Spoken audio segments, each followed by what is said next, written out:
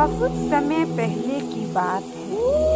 एक गांव में एक मोनालिसा नाम की एक गरीब लड़की रहा करती थी। वह बहुत ही ज़्यादा गरीब थी और उसे खाने के लिए भी पैसे नहीं थे और ना ही उसके लिए कोई काम था। वह लड़की दर दर भटकती थी जो कोई उसे काम दे दे, लेकिन उसे काम नहीं मिला। फिर वह लड़की अपने गांव में बहुत से दुकानदारों के पास गई काम मांगने, लेकिन उसकी स्थिति को देखकर किसी दुकानदार ने उसको काम नहीं दिया, क्योंकि वह लड़की जो थी वो गंदे कपड़े पहने हुई थी और वह साफ सफाई में नहीं रहती थी। इस वजह से कोई दुकानदार उसे काम पे रखने से मना कर देता था।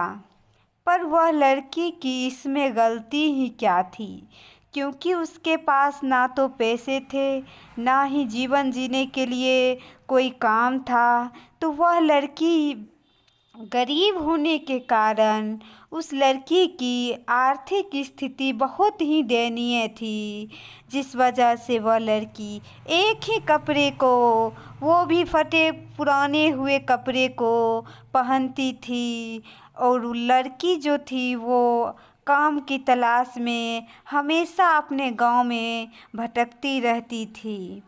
लेकिन एक दिन की बात है, वह लड़की काम की तलाश में गांव से दूर चली गई थी और वह लड़की जाते जाते एक जंगल में जा पहुंचती है, जहां पे वह एक पीपल के पेड़ के नीचे वह बैठकर आराम करती है, क्योंकि वह बहुत ही थक गई थी चलते चलते, और सोचती है कि क्यों ना इस पीपल के पेड़ के नीचे बैठकर आराम की जाए। तभी वह उसी पीपल के पेड़ के नीचे वह सो जाती है। तभी कुछ घंटों के बाद उसकी नींद खुलती है तो उसे सुनाई पड़ता है कि कोई कुछ बोल रहा था। वहीं पे कुछ चोर और उनके साथी आपस में यह बात कर रहे थे कि आज ये गांव को लूटा जाए। सुना है कि इन गांव में बहुत सारे धनी मनी सेठ भी रहा करते हैं, जिनके पास बहुत सारे गहने भी होंगे और बहुत सारा जो रुपये पैसे होंगे। तो क्यों ना आज इस गांव को ही लूटा जाए। यह बात वह लड़की सुन लेती है और लड़की के भी दिमाग में कुछ बातें आती है, क्योंकि लड़की के साथ भी गांव वाले ने अच्छा नहीं किया था। फिर मोनालिसा उन चोरों के पास जाती है और यह बोलती है कि मैं भी इस काम में तुम सबका साथ देना चाहती हूँ। तभी चोर सब हक्का बक्का देकर उसे देखने लगते हैं कि ये लड़की क्या बोल रही है, ये मेरा साथ कैसे देगी। तभी लड़की बोलती है कि यह एक ऐसी योजना है मेरे दिमाग में जिसे तुम सब सुनकर हैरान रह जाओगे, और तुम सबको इतनी मेहनत भी नहीं करनी पड़ेगी चोरी करने में। और मेरे दिमाग में एक ऐसी बात आई है जिसे सुनकर तुम सारे लोग खुश हो जाओगे। तभी चोर बोलते हैं, हाँ बताओ, लेकिन तुम्हारा नाम क्या है। तो वह बोलती है, वैसे तो मेरा नाम मोनालिसा है, लेकिन आज के बाद सारे लोग मुझे लुटेरी दुल्हन मोनालिसा के नाम से जानेंगे। तो यह बात सुनकर सभी चोर हैरान रह जाते हैं और यह सोचते हैं कि ये कैसे होगा। तभी मोनालिसा बोलती है कि मैं एक दुल्हन का भेष धरूंगी और तुम मेरे पिता और तुम मेरे भाई और एक और था जिसे बोले तुम मेरे रिश्तेदार बन जाना और गाँवों में मेरे लिए रिश्ता लेकर जाना। उन गाँवों में वैसे घर में रिश्ते लेकर जाना जिन गांव के घर में धनी मनी सेठ रहते हैं और ऐसी धनी मनी सेठ को तुम मेरे रिश्ते के बारे में बताना और उनके घर के लड़के से मैं शादी करके जाऊंगी। लेकिन उसी रात में उनके लड़के को मारकर उनके घर के सारी रुपए पैसे गहने जेवरात लूट कर मैं वापस आ जाऊंगी।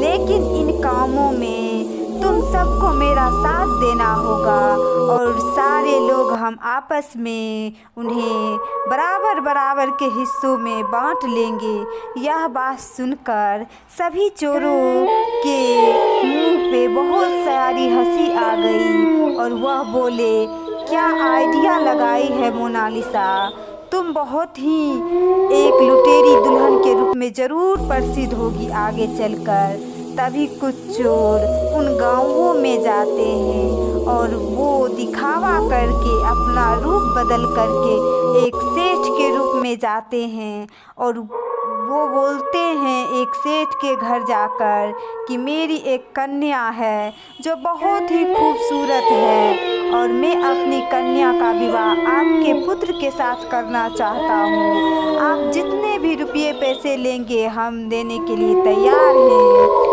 तभी धनी सेठ बोलता है कि हाँ ठीक है, जो भी हम मांग करेंगे बस उस मांग को तुम लोग पूरी कर देना।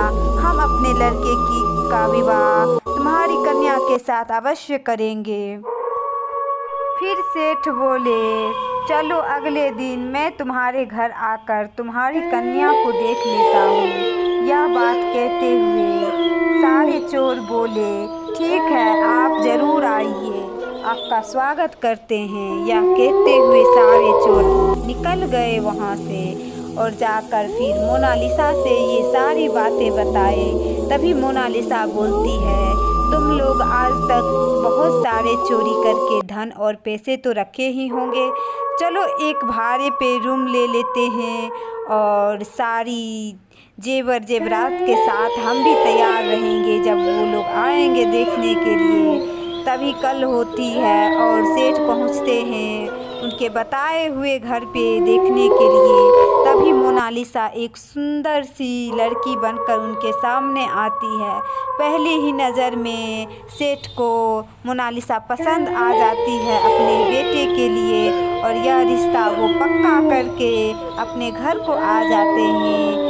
अगले दिन शादी का दिन आ जाता है, सभी धूमधाम से शादी करते हैं और मोनालिसा की शादी हो जाती है और मोनालिसा एक दुल्हन बनके उस सेठ के घर में आती है और सेठ बहुत खुश होता है इतनी खूबसूरत बहू को पाकर। लेकिन उन्हें यह पता नहीं था कि उस रात क्या होने वाली है। तभी शादी की रात आती है जब उनके घर में बहू आते हैं और वह बहू बोलती है कि आज मैं सारे लोगों के लिए खाना खुद अपने हाथों से बनाऊंगी। और मोनालिसा जाकर खीर बनाती है और खीर में नींद की दवाई भी मिला देती है जिन्हें खाकर घर के सारे लोग सो जाते हैं।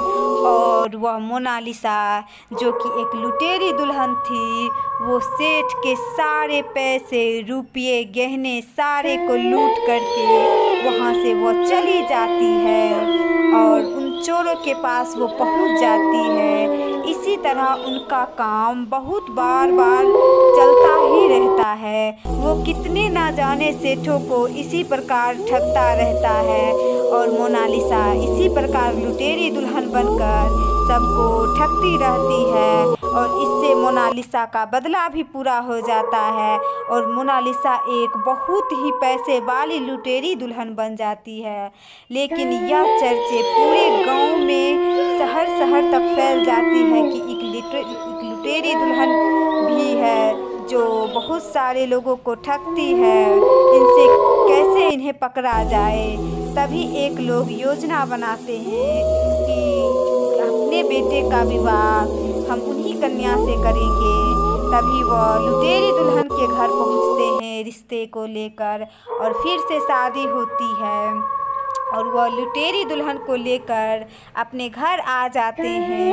और फिर वह लड़की मोनालिसा उनके लिए खीर बनाती है, लेकिन इस बार खीर कोई नहीं खाता है और बोलता है जो मोनालिसा को, तुम जाकर सो जाओ, हम सब खाकर सो जाएंगे। मोनालिसा को यह लगता है कि सच में वे सब खाकर सो गए होंगे। तभी वह चोरी करने लगती है और उन्हें पूरे घर वाले पकड़ लेते हैं और मोनालिसा को मार देते हैं। तभी मोनालिसा एक लुटेरी चुड़ैल के रूप में अपना रूप प्रकट कर लेती है और वह मोनालिसा से मोनालिसा चुड़ैल बन जाती है और वह अब चुड़ैल बनकर ही अपने गाँवों को डराती रहती है, अपना बदला लेती है। और यह फिर से मोनालिसा एक लुटेरी चुड़ैल बन जाती है और फिर से सभी गांव वाले को वह रात को बाहर गांव में आकर के सभी को मार डालती है जो भी घर से बाहर रहते हैं। और मोनालिसा का बदला जो था वो अभी भी पूरा नहीं हुआ है, क्योंकि उसकी आदत बन गई थी लोगों को ठगना, चोरी करना, उनको लूटना। लेकिन वह चुड़ैल बन गई थी, जिससे चुड़ैल बनने के साथ उसके पास बहुत सारी शक्तियाँ भी आ गई थी और वह इन्हीं शक्तियों का गलत इस्तेमाल भी करने लग गई थी। और वह ज़ोर ज़ोर से हंसने लगी थी कि गांव वालों, तुमने मुझे मार दिया, लेकिन फिर भी मैं यह गांव को छोड़कर कहीं नहीं जाने वाली हूँ, क्योंकि अब मैं चुड़ैल बन गई हूँ। और चुड़ैल बनने के साथ साथ मेरे पास बहुत सारे ताकतें आ गई है। अब इन गांव वालों को मैं नहीं छोड़ूंगी। अब इस गांव में मैं एक भी शादी नहीं होने दूंगी। सारे गांव के लड़के को मैं मार डालूंगी। और यह कहते हुए मोनालिसा चुड़ैल आपस में ज़ोर ज़ोर से हंसने लगती है। लेकिन मोनालिसा जो थी वो गांव के आधे लड़के को मार डाली थी और बस अब गांव के लड़के कुछ ही बचे थे और उन्हें भी वह मारने ही वाली थी। यह बात से गांव वाले सब पूरी तरह से घबरा गए थे, जो अब क्या होगा, कैसे होगा, इस चुड़ैल से कैसे बचाए अपने गांव को।